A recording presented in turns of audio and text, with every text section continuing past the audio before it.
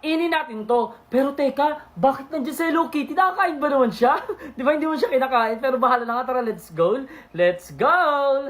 First is, yung VCAT at guys, favorite ko yan. Pero guys, bago kayo kainin, don't forget to follow me at comment sa may comment section kung anong next na kakainin natin. So, eto na nga yung VCAT natin. Buksan na natin. Oh. So, ayan, natin yung malaki. Ayan, isang buo. Hop. Next is, yung Coca-Cola. Pero guys, bago ko yung inumin, mag-comment ka nga sa may comment section kung gusto mong magpa-shoutout sa akin next video natin. At kung taga saan kayo para nalalaman natin kung hanggang saan nakakaabot ang ating mga video. So, ito na nga, yung Coca-Cola na yan ay ito. Gummy lang din guys. Ayan, so kakainin pa rin natin.